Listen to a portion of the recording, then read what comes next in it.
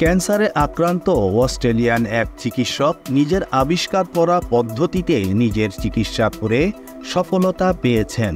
মস্তিষ্কের ক্যান্সার আক্রান্ত চিকিৎসক রিচার্ড স্কেলিয়ার পরীক্ষামূলকভাবে নতুন এ চিকিৎসা পদ্ধতি ব্যবহার করে 1 বছরের বেশি সময় ক্যান্সার মুক্ত আছেন।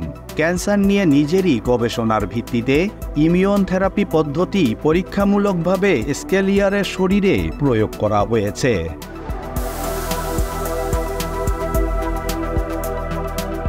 সামাজিক যোগাযোগ মাধ্যম এক্সে দেওয়া এক পোস্টে স্কেলিয়ার জানান, আবারও এমআরআই পরীক্ষায় দেখা গেছে নতুন করে তার মস্তিষ্কের টিউমারটি ফিরে আসেনি।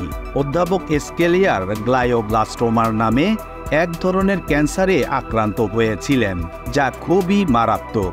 এতে আক্রান্ত রোগীর বেশিরভাগই 1 বছরের মধ্যে মারা গিয়ে থাকেন। চিকিৎসক স্কেলিয়ার একজন আন্তর্জাতিক খ্যাতিসম্পন্ন রোগতত্ত্ববিদ। ক্যান্সারের চিকিৎসায় গুরুত্বপূর্ণ অবদানের স্বীকৃতিস্বরূপ চলতি বছর তাকে এবং তার সহকর্মী ও বন্ধু জর্জিনা লংকে অস্ট্রেলিয়ান অব দ্য ইয়ার ঘোষণা করা হয়েছে।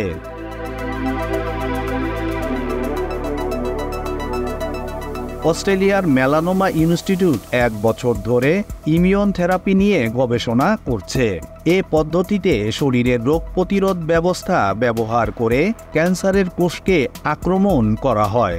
বিশ্বজুড়ে ক্যান্সারের শেষ ধাপে থাকা রোগীদের মধ্যে এ পদ্ধতি ব্যবহার করে উল্লেখযোগ্য সাফল্য পাওয়া গেছে। আক্রান্ত ব্যক্তিদের অর্ধেক এখন এ পদ্ধতিতে নিরাময় হচ্ছে। আগে এ হার 10% কম ছিল।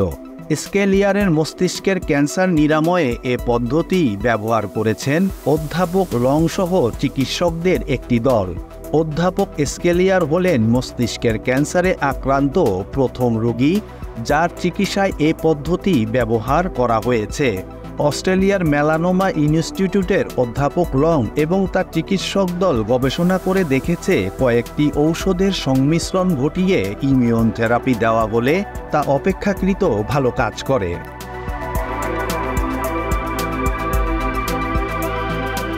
টিউমার অপসারণের জন্য কোনো অস্ত্রোপচারের আগে এ পদ্ধতি ব্যবহার করতে হয়। গত বছর স্কেলিয়ারকে অস্ত্রোপচার পূর্ববর্তী এ থেরাপি দেওয়া হয়। এছাড়া স্কেলিয়ারই হলেন প্রথম রোগী যাকে টিউমারের বৈশিষ্ট্য অনুযায়ী বিশেষ টিকা দেওয়া হয়েছে। এতে ঔষধের ক্যান্সার শনাক্ত করার ক্ষমতা বেড়েছে।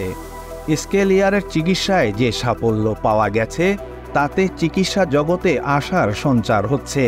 আশা করা হচ্ছে লং ও স্কেলিয়ারের এ প্রচেষ্টা হয়তো প্রতি বছর বিশ্বজুড়ে মস্তিষ্কের ক্যান্সারে আক্রান্ত 3 লাখ মানুষের জন্য সহায়ক হবে।